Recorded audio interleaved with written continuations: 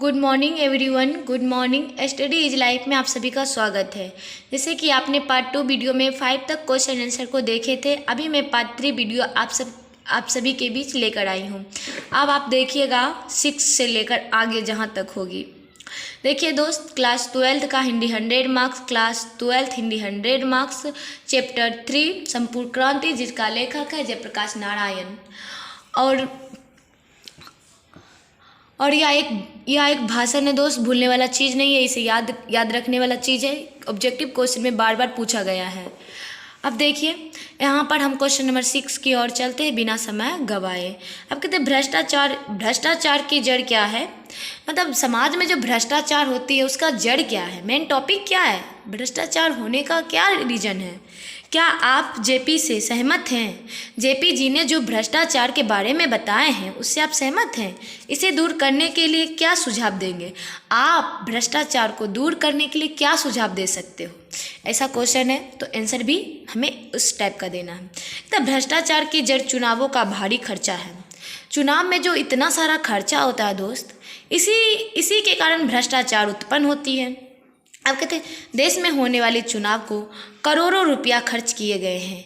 देश में जो चुनाव होती है, हमारे गांव मोहल्ले में भी छोटा छोटा चुनाव होता है, देश में भी चुनाव होता है। प्रधानमंत्री, उप प्रधानमंत्री और फिर जाके मुख्यमंत्री, ये सब जो बनते हैं चुनाव के कारण। हमारे गांव में ही मेयर, उप मेयर, मुखिया, ये सब किसके कारण? चुनाव से ही बनते हैं। तो जब चुनाव होता है और तब जो खर्चा लगता है वही खर्चा बचा है, भ्रष्टाचार का वही खर्चा बचा है। कहते हैं यह सब रुपया ब्लैंक मार्केटियर लोगों से इकट्ठा किया जाता है। जितना ये जो चुनाव में जितना रुपया खर्चा होता है ना, यह ब्लैंक मार्केटियर लोगों से इकट्ठा किया जाता है और इसका कोई हिसाब किताब भी नहीं होता है। इतना रुपया खर्चा कर देते हैं वो लोग इकट्ठा करके, जमा करके, और उसका कोई हिसाब किताब नहीं होता, जिसके कारण भ्रष्टाचार उत्पन्न हो जाती है। हम भी जयप्रकाश जी के कथन से सहमत हैं। हम तो सहमत हैं, आप अगर सहमत होंगे तो आप भी लिख सकते हैं। हम भी जयप्रकाश जी के कथन से सहमत हैं। इसे दूर करने का निम्नलिखित उपाय है। इसे दूर करने का दोस्त निम्नलिखित उपाय है। देखिए कौन चुनावों के खर्च को कम किया जाए। चुनाव में जो खर्चा होती है उसे कम किया जाए। चुनाव में किए गए खर्च का सारा हिसाब किताब लिखित में लिया जाए। चुनाव में जो खर्चा होती है उसका एक पेज पे लिखित करके दे दिया जाए कि ये कार्य में इतना रुपया खर्चा हुआ, ये कार्यक्रम करने में इतना रुपया खर्चा हुआ, मैंने उस इंसान को इतना रुपया दी। इसका एक हिसाब किताब हो, तभी भ्रष्टाचार कम हो सकती है। अधिक खर्चा करने वाले लोगों के विरुद्ध कठोर कार्यवाही किया जाए। आप दोस्त देखिए, अधिक जो खर्चा करेंगे उसके ऊपर विरोध कठोर कार्रवाई किया जाए। तभी तो इंसान को डर लगा रहेगा। एक लिमिट तक खर्चा करेंगे, एक सीमा होती है, वो सीमा नहीं पार करेंगे। इसलिए अगर उस पर कार्रवाई किया जाएगी तो, अगर नहीं किया जाता इसलिए तो इतना खर्चा हो जाती है, अगर किया जाता तो इतना खर्चा नहीं होती। अब कहते हैं, देखते हैं क्वेश्चन नंबर 7 बनने वाला नहीं था, बनने वाला अगर होगा तब मैं तो नहीं बनाई। अगर लग रहा है कि ये बनने वाला है, अगर आप लोग कमेंट बॉक्स में बोलोगे कि दीदी मुझे 7 का भी क्वेश्चन आंसर बना दीजिएगा, मतलब क्वेश्चन आंसर करवा दीजिएगा, तो मैं इसका एक वीडियो बना के डाल दूँगी। आप एक बार बढ़िया से देख लीजिए, अगर चाहो तो स्क्रीनशॉट ले लीजिए, बस ले लीजिए। अगर आपको चाहिए तो कमेंट बॉक्स में बोल दीजिएगा, नहीं चाहिए तो आप खुद इतना तेज हो, खुद से लिख लोगे, हमको पता है। चलिए क्वेश्चन नंबर 8 की ओर चलते हैं। संघर्ष समितियों से जयप्रकाश नारायण जी की क्या अपेक्षा है? संघर्ष समितियों से जयप्रकाश नारायण जी का क्या अपेक्षा है? कहते हैं समितियाँ जो हमारे गांव के मुखिया या फिर हमारे देश के प्रधानमंत्री, मुख्यमंत्री जो भी है, उनकी समितियों में क्या अपेक्षा है? जयप्रकाश नारायण जी भी कुछ ऐसे ही थे, जयप्रकाश नारायण भी नेता ही थे, तो उनका अपेक्षा थी कुछ। अब देखिए उनका अपेक्षा क्या है। जयप्रकाश नारायण जी का अपेक्षा क्या कहते हैं कि जयप्रकाश नारायण कहते हैं संघर्ष समितियों से जयप्रकाश नारायण की यही अपेक्षा थी कि उनका काम केवल शासन से संघर्ष करना नहीं, मतलब हम किसी पे शासन करके संघर्ष नहीं करेंगे, किसी पे हुक्म जमाकर संघर्ष नहीं करेंगे, किसी पे जबरदस्ती हम बैठ के संघर्ष नहीं कर सकते हैं, शासन से संघर्ष नहीं करना है, बल्कि उनका काम तो समाज के हर अन्याय और अनीतियों के विरोध संघर्ष करने का होगा। उनका काम ये है कि समाज में जितने भी अन्याय हो रही है, अनीतियाँ हो रही है, उसे विरोध संघर्ष करना होगा, उसे समाज से दूर करने का संघर्ष करना होगा। और इस प्रकार से इन समितियों के लिए बराबर एक महत्वपूर्ण कार्य रहेगा। और इस प्रकार से एक समितियों के लिए बराबर एक महत्वपूर्ण कार्य होगा। गांव के छोटे अफसर या कर्मचारी, चाहे वो पुलिस ही क्यों ना हो, मतलब चाहे वो पुलिस के हो या अन्य किसी प्रकार के जो घूसखोरी चलाती है। देखिए, गांव में छोटे अफसर या कर्मचारी भी होते हैं, वो या चाहे पुलिस ही क्यों ना हो, उच्च अधिकारी ही क्यों ना हो, जो घूसखोर हैं, जो घूस लेकर काम करते हैं, उन सभी के लिए, जो घूसखोर है, जो घूस लेकर कार्य करते हैं, उन सब के लिए उसके लिए भी उसके खिलाफ तो संघर्ष रहेगी ही। जो घूसखोर है, जो घूस खाते हैं, उसके खिलाफ तो संघर्ष रहेगी ही, ये तो फिक्स है।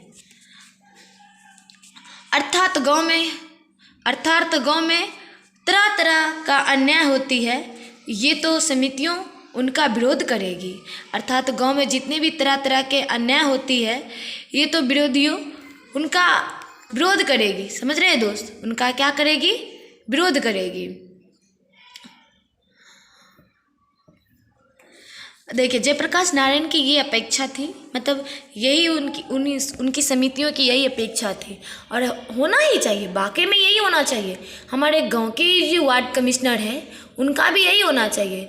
गांव में जो छोटा मोटा या कुछ रुपया पैसे वाले लोग जो होते हैं, वो हमारे गांव को चाहते मुट्ठी से पिसल दें, अपने मनमानी होनी चाहिए। वही दोस्त, वो थोड़ा बहुत रुपया पैसा होता तो पी खा के हमारे गांव में कुछ नटखेल नौटंकी करते हैं। तो वैसे इंसान पर हमारे वार्ड कमिश्नर को भी कुछ कार्रवाई करनी चाहिए, उसकी भी कुछ जिम्मेदारी दे देना चाहिए, ताकि उसे वो करने से डर लगे।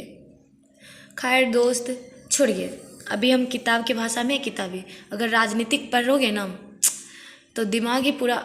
और एक बात कहूँ तो हमारे वार्ड कमिश्नर को ना अपने गांव में स्कूल के बच्चे को राजनीतिक पढ़ाना चाहिए, ताकि हर बच्चे को राजनीतिक का ज्ञान आए, हर बच्चे राजनीतिक के बारे में सोचें। हर बच्चे, मतलब कल के दिन हमारे देश को चलाने वाले वो प्रधानमंत्री, वो मुख्यमंत्री नहीं रहेंगे, या हमारे गांव में वही वार्ड कमिश्नर नहीं रहेंगे। और जब तक हमारे गांव या हमारे देश के बच्चे राजनीतिक से रूबरू नहीं होंगे, तो हमारे देश को कैसे चलाएंगे?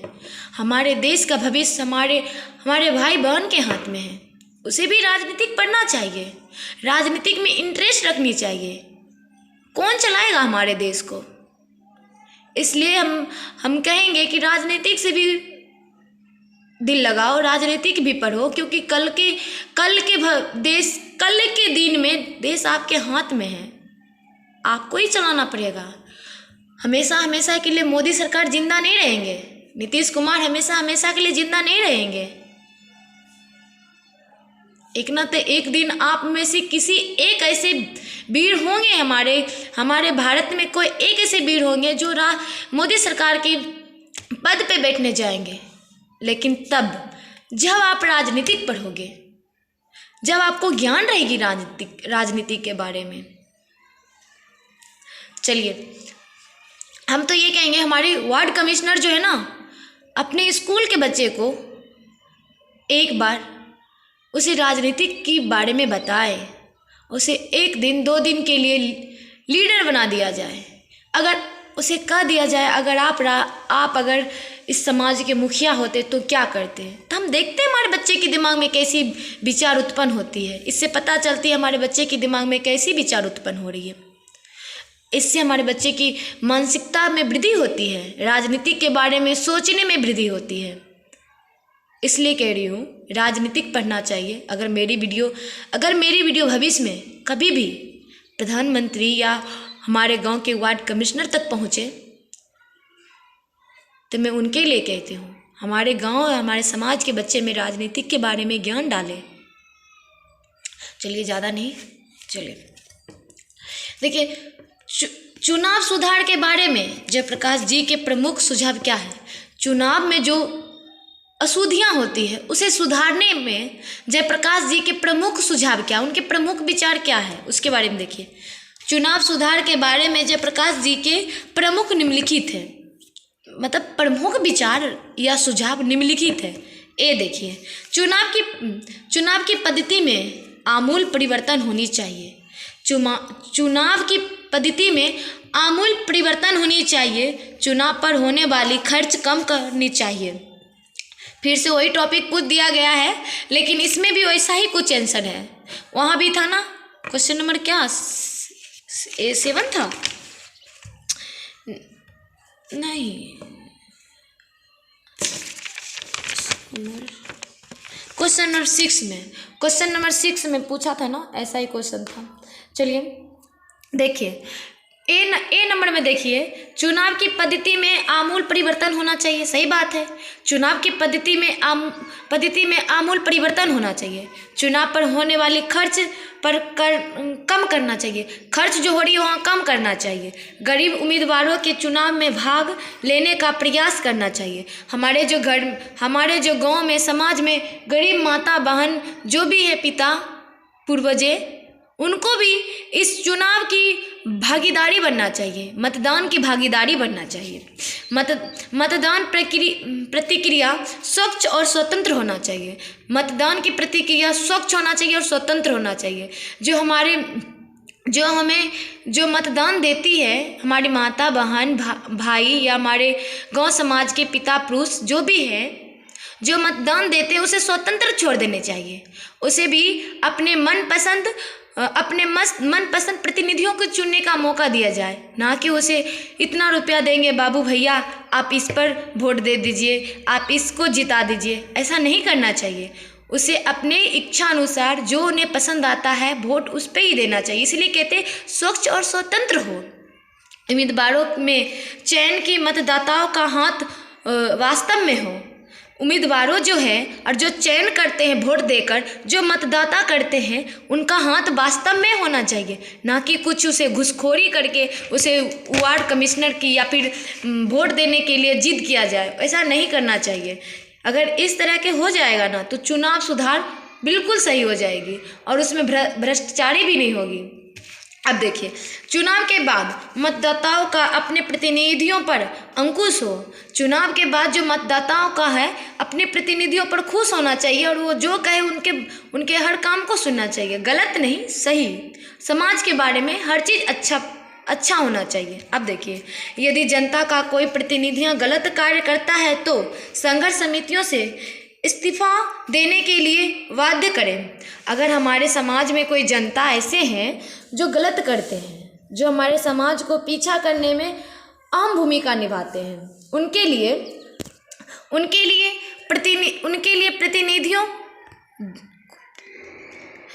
जो है ना संघर्ष समितियों उसे इस्तीफा देने के लिए बाध्य करें। मतलब जो जनता का कोई प्रतिनिधियां गलत करता है, जो जनता पर प्रतिनिधि गलत काम करते हैं, उसे संघर्ष करके मिटा देना चाहिए। तभी हमारे समाज में चुनाव में कम खर्च होगी, भ्रष्टाचार नहीं रहेगी, ऐसी समस्या तब नहीं रहेगी। अब देखिए क्वेश्चन 10th की और लास्ट क्वेश्चन है, लास्ट है। अब देखिए, दिनकर जी का निधन कहाँ और किन परिस्थितियों में हुआ। दोस्त, दिनकर जी का निधन कहाँ हुआ और किस परिस्थितियों में हुआ, इससे आपकी 5 ऑब्जेक्टिव क्वेश्चन बन जाएगी। इसीलिए मैं कहूँगी आप ध्यानपूर्वक सुनें। एक दिन जयप्रकाश नारायण जी मद्रास में अपने मित्र ईश्वर, किसका मैसेज है यार, क्यों मैसेज कर देता है। चलिए, एक दिन जयप्रकाश नारायण जी मद्रास में अपने मित्र ईश्वर आयरर के साथ रुका। एक दिन जयप्रकाश नारायण जी मद्रास में अपने मित्र ईश्वर आयरा के साथ रुका। आयर के साथ रुका। वहाँ दिनकर जी गंगा बाबू मिलने आए थे। मतलब वहाँ पे दिनकर जी से गंगा बाबू मिलने आए थे और दिनकर जी बहुत ही प्रसन्न हो गए। जब गंगा बाबू उनसे मिलने आए थे ना, तो दिनकर जी बहुत खुश हुए। एक दिन देखिए, एक दिन अचानक रात को दिल का दौरा पड़ा। किनको? दिनकर जी को। एक दिन अचानक रात में दिनकर जी को दिल का दौरा पड़ा। 3 मिनट में उनको विलिंडगन नर्सिंग होम अस्पताल पहुंचाया गया। 3 मिनट में ही दोस्त, विलिंडगन नर्सिंग होम अस्पताल में पहुंचाया गया। रामनाथ जी गोयनका के द्वारा वहाँ हर तरह का इंतजाम था। मतलब रामनाथ जी गोयनका के द्वारा वहाँ हर तरह का इंतजाम था, जो इंतजाम होना चाहिए उनको बचाने के लिए। दिल का दौरा जो पड़ा, उन्हें हर तरह का इंतजाम था कि दिनकर जी आएंगे। मतलब दिनकर जी के लिए हर तरह का इंतजाम था कि वो बच जाएंगे। लेकिन अफसोस की बात रही क्या? देखिए, लेकिन दिनकर जी फिर भी बच ना सके और उसी उनका निधन हो गया। और उसी दिन उसका निधन हो गया। तो यहाँ से क्वेश्चन पूछ देंगे कि दिनकर जी को किस अस्पताल में ले जाया गया, तो आप क्या बोलोगे? विलिंडगन नर्सिंग होम। आप फिर यहाँ से पूछ देंगे कि जयप्रकाश नारायण कहाँ रुके थे, तो आप क्या बोलोगे? मद्रास में। उसके बाद अगर बोल देंगे किसके हाथ? ईश्वर आयरर के साथ। अब फिर अगर आपसे कोई पूछ देगा दिनकर जी से कौन मिलने आए थे, तो गंगा बाबू। ठीक ना, ये सब। और दिनकर जी को कितने मिनट बाद अस्पताल पहुंचाया गया? तो 3 मिनट में। 3 मिनट में ही दिनकर जी को अस्पताल पहुंचाया गया। यहाँ से बहुत सारे क्वेश्चन बनती है ऑब्जेक्टिव, इसलिए इसे अच्छे से ध्यान से देखिए। अब हो गई, लास्ट क्वेश्चन था, ख़त्म हो गया। थैंक यू दोस्त। जो भी मेरे भाई बहन लास्ट वीडियो तक हैं उसको थैंक यू बोल रही हूँ मैं। सबको नहीं, बस उसी को थैंक यू बोल रही हूँ जो ध्यान से पढ़े हैं। ठीक ना। और जिन्हें समझ में आया कमेंट बॉक्स में कमेंट कीजिए कि यस दी, मुझे समझ में आ गया। मैं अपने भाषा में उत्तर दूंगा या दूंगी। ठीक, अपने भाषा में उत्तर दीजिएगा तो ज़्यादा बेहतर रहेगा। चलिए दोस्त, अब मैं इसी के साथ अपने वीडियो को समाप्त करती हूँ। टाटा दोस्त, बाबा दोस्त, मेरे प्यारे बहन, मेरे प्यारे भाई, सभी को ऑल द बेस्ट। अच्छे से पढ़िए, मन लगा के पढ़िए बस। चलिए दोस्त, बाय।